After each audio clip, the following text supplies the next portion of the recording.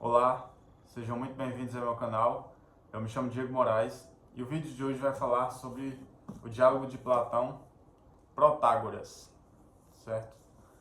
Ou sofistas. Bem, antes de tudo, eu gostaria de pedir a sua curtida, que é muito importante para a gente poder engajar o canal e trazer mais conteúdo relevante para todas as pessoas que têm interesse nesse tipo de assunto. Vamos ao que interessa. Bem, o diálogo Protágoras ele parte de uma conversa entre Sócrates e o próprio Protágoras em Atenas a respeito da virtude e da sabedoria. E nesse sentido, o diálogo ele se encaminha na tentativa de descobrir como se dá esse processo de interiorização das virtudes e do conhecimento em geral. Então, Protágoras ele vai afirmar que para que a gente possa ter virtudes, para que a gente possa cultivar essas virtudes em nós, a gente precisa necessariamente da educação. A gente precisa do conhecimento, que é através dele que a gente vai conseguir almejar essas virtudes e ser mais virtuoso.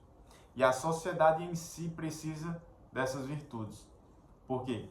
Porque é através do sistema ético social, através desse paradigma moral que a sociedade ela consegue estar apta a ser uma sociedade saudável, né? Nesse sentido, Protágoras ele está dizendo que nós só podemos ter uma sociedade boa, saudável, estruturada, que não caia no definhamento, a partir do momento que a gente busca as virtudes através da educação. Então, o passo inicial, o passo principal é o conhecimento, é a educação.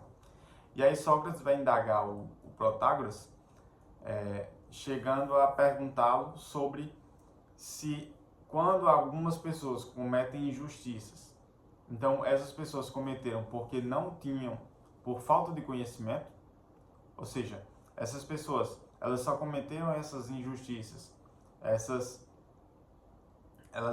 só não foram virtuosas porque elas não tinham o conhecimento adequado para sê-las. Então Sócrates ele já indaga aí, ele já mostra uma certa incoerência no argumento do Protágoras, porque sim, a educação é muito importante, mas talvez só a educação não baste. A gente pode pegar exemplos na nossa sociedade de muitas pessoas que têm boa educação, têm excelente educação, têm conhecimento vasto sobre vários assuntos, sobre várias coisas, e mesmo assim cometem crimes, cometem atrocidades, cometem fazem coisas ruins que não competem, que não estão em conformidade com as virtudes. Sócrates ele vai mostrar essa incoerência, mas ele vai mostrar de uma forma bem indireta. Ele vai simplesmente indagá-lo sobre essas questões que o próprio Protágoras está afirmando. E Protágoras ele afirma que nós precisamos ter uma educação para que a gente possa ser virtuoso.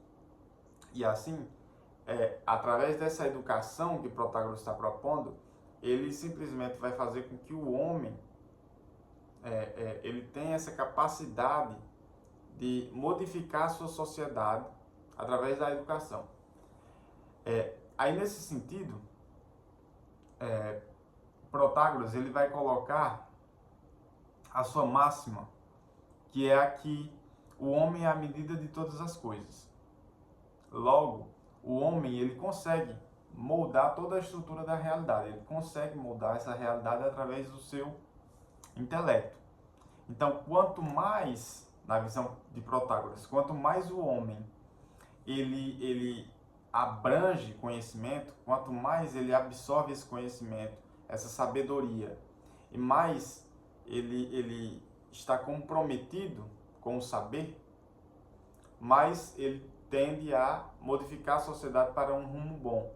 Ou seja, ele consegue mudar o panorama social através da sua própria educação. E aí existe, aí a gente já tem essa ideia de relativismo, né? Nessa máxima de Protágoras. Só que antes disso a gente vê que existe um debate ali entre o saber e o não saber, né? Sócrates, quando ele questiona se as pessoas que fazem injustiças elas fazem somente porque não sabem, porque ele vai querer debater realmente isso. Então quer dizer que quem não sabe as virtudes não pode ser virtuoso, quem não tem conhecimento de educação não pode cultivar virtudes, que também é outra coisa que a gente pode avaliar na nossa sociedade moderna. Ou seja, às vezes você vê uma pessoa do campo, uma pessoa simples, uma pessoa que não tem tanta qualificação, nunca estudou em boas escolas, nunca teve uma educação plena, digamos assim, e você vê que essa pessoa tem uma vivência muito virtuosa. Por quê? Porque ela cultiva essas virtudes, mesmo sem ter a educação, mesmo sem ter a busca do conhecimento para ter essa vida virtuosa, ela cultiva, porque ela entende que é bom, certo? E o Sócrates, ele vai ver justamente isso. Ele vai querer saber, ele vai questionar, vai indagar o Protágoras no seguinte sentido. Protágoras, mas essa relação de virtudes, ela é inata a nós ou é algo que a gente adquire ao longo do tempo? E olha que essa pergunta é muito interessante. Essa pergunta, ela meio que fica sem resposta no diálogo. E eu não consigo também trazer uma resposta para isso. Porque eu vejo, eu reflito sobre isso e eu vejo que existem as duas formas.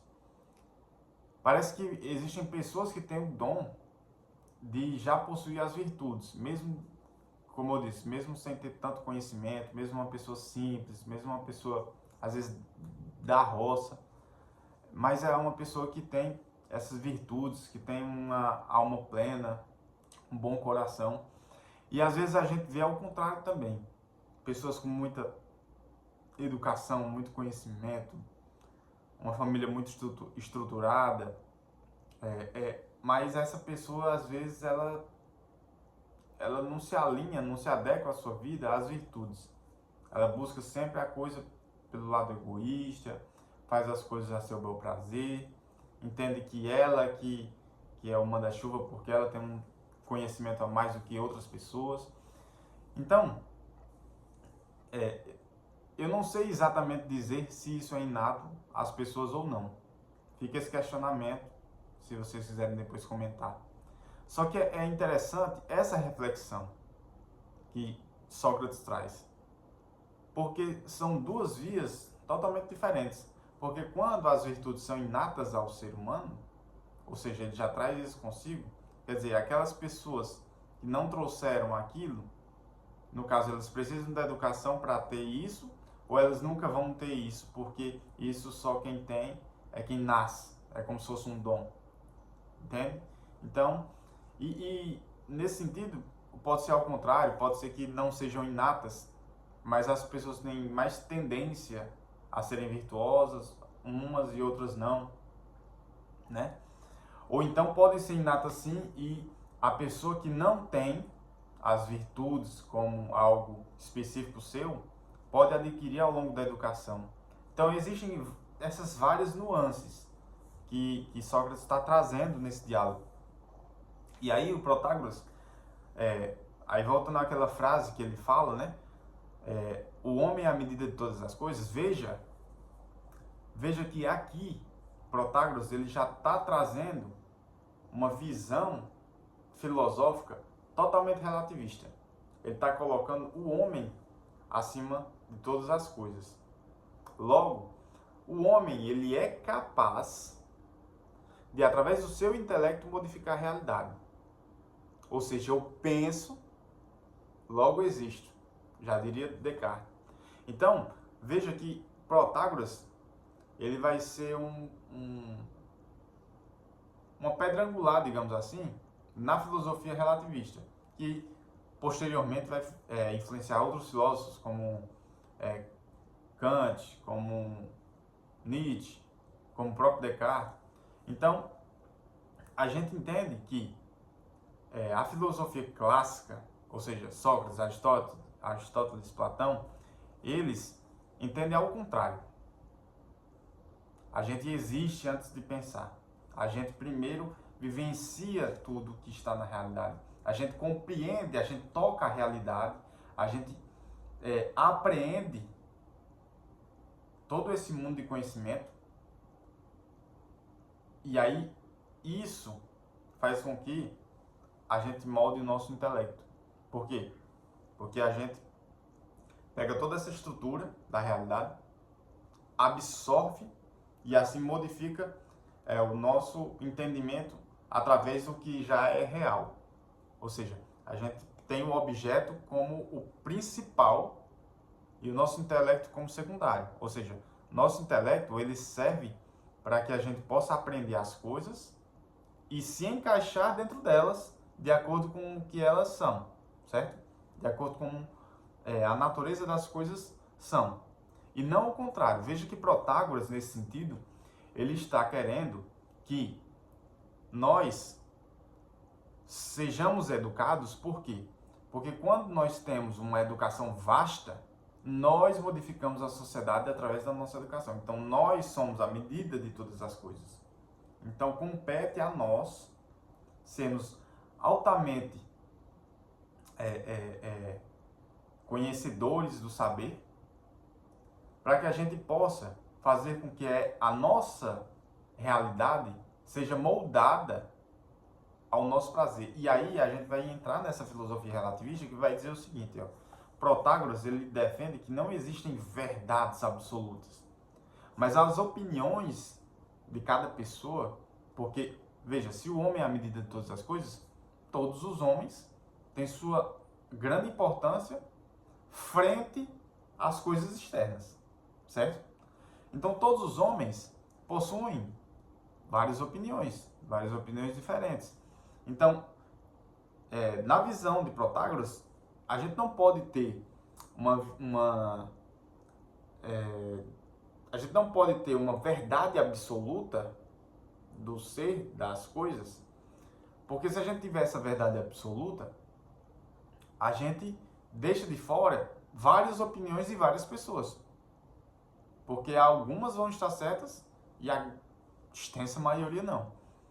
Só que como o homem ele é o manda-chuva da história, ele não pode ficar abaixo da realidade das coisas em geral, da realidade externa a ele. Ele tem que ficar acima. Logo, essas opiniões são válidas. Só que Sócrates, ele busca totalmente o contrário. Ele busca que realmente nós possamos buscar as verdades absolutas. Claro que isso demanda trabalho, isso demanda esforço, isso demanda nosso intelecto, a nossa capacidade de raciocinar sobre o assunto, de meditar, de introjetar em nós tudo que existe de experiência factível na sociedade. Sócrates, ele entende tudo isso. E ele entende que muitas vezes nós não vamos conseguir chegar a uma definição específica sobre aquele assunto abordado. Mas ele vai dizer, a verdade só pode ser absoluta. Porque se eu não tenho essa verdade absoluta, existem várias opiniões divergentes. Então eu não posso dar o mesmo valor a essas opiniões divergentes. É a mesma coisa que eu dizer que uma coisa existe e não existe ao mesmo tempo. É a mesma coisa que eu dizer que isso aqui é um livro e um não livro. Ou seja, não. Ou ele é um livro ou ele não é um livro. Ele não é o raciocínio, é o princípio da identidade de Aristóteles. Ele não pode ser e não ser a mesma coisa ao mesmo tempo. Certo? No mesmo estado.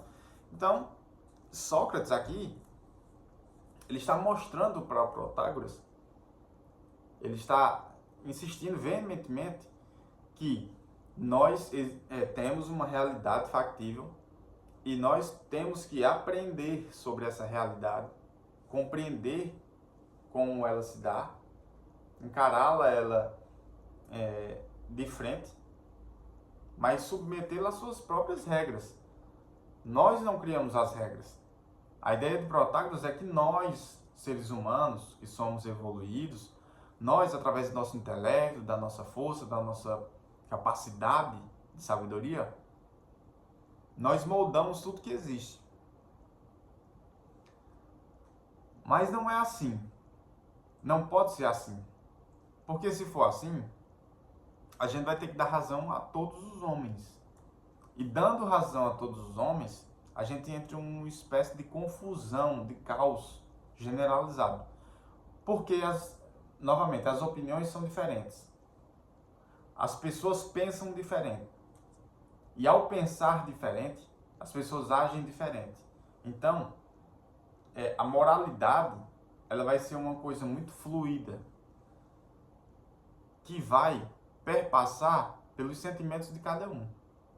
Logo, Sócrates vai dizer, não, independente do que cada um sentir, nós temos que ter uma linha objetiva que obedece o que é a verdade, o que é a justiça, né?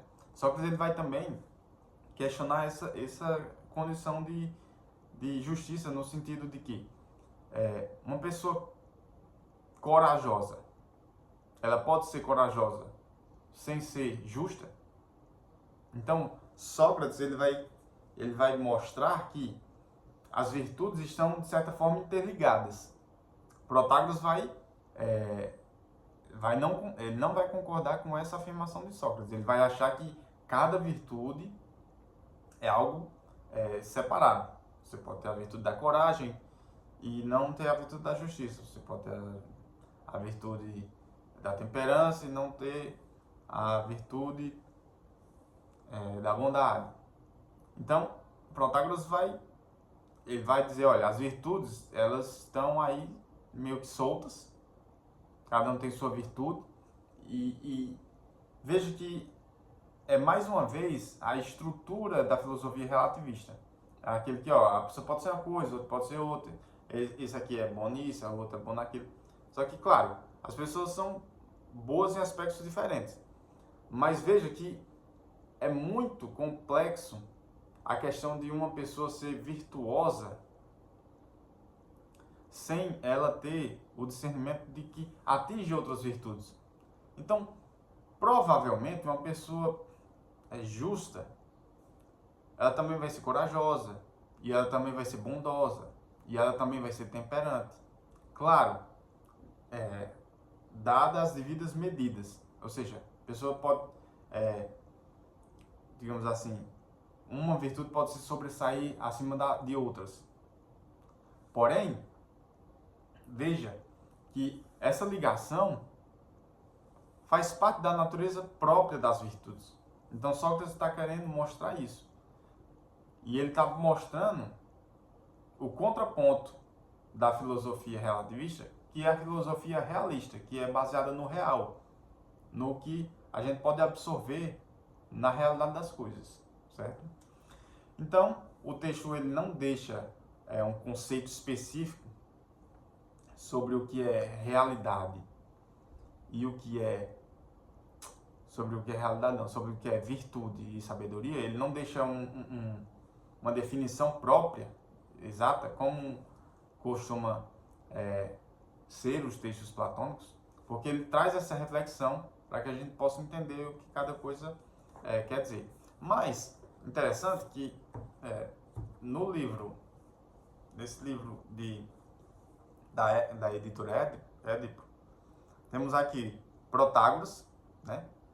E o tema tem os sofistas, ou seja, claro que todo diálogo ele busca o entendimento da virtude e da sabedoria. E por que aqui está sofistas?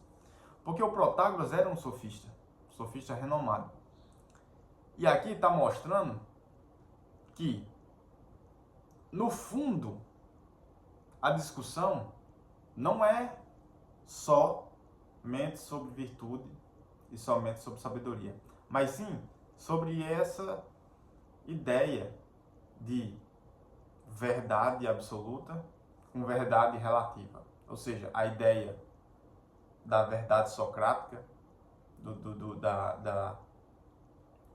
do método socrático, contra o método dos sofistas, que buscavam simplesmente a argumentação para as coisas, mediante a um belo discurso, mediante a um discurso bem persuasivo, mas que o contexto em si, o discurso em si, a essência dele, não tinha tanta relevância, porque o que importava mais era fazer com que as pessoas fossem tocadas pelo seu discurso bonito e etc. Então veja que o livro, ele basicamente, ele traz essa noção de que o debate é sobre verdade, sobre sabedoria, mas no fundo a gente está discutindo sobre dois paradigmas, né? O da verdade absoluta, e o da verdade relativa, visto em Protágoras. E fica aqui esse vídeo para a reflexão de todos. Mais uma vez, gostaria de pedir que você curta, comente e compartilhe o vídeo, é muito importante para o nosso canal. E obrigado, Deus abençoe e até a próxima.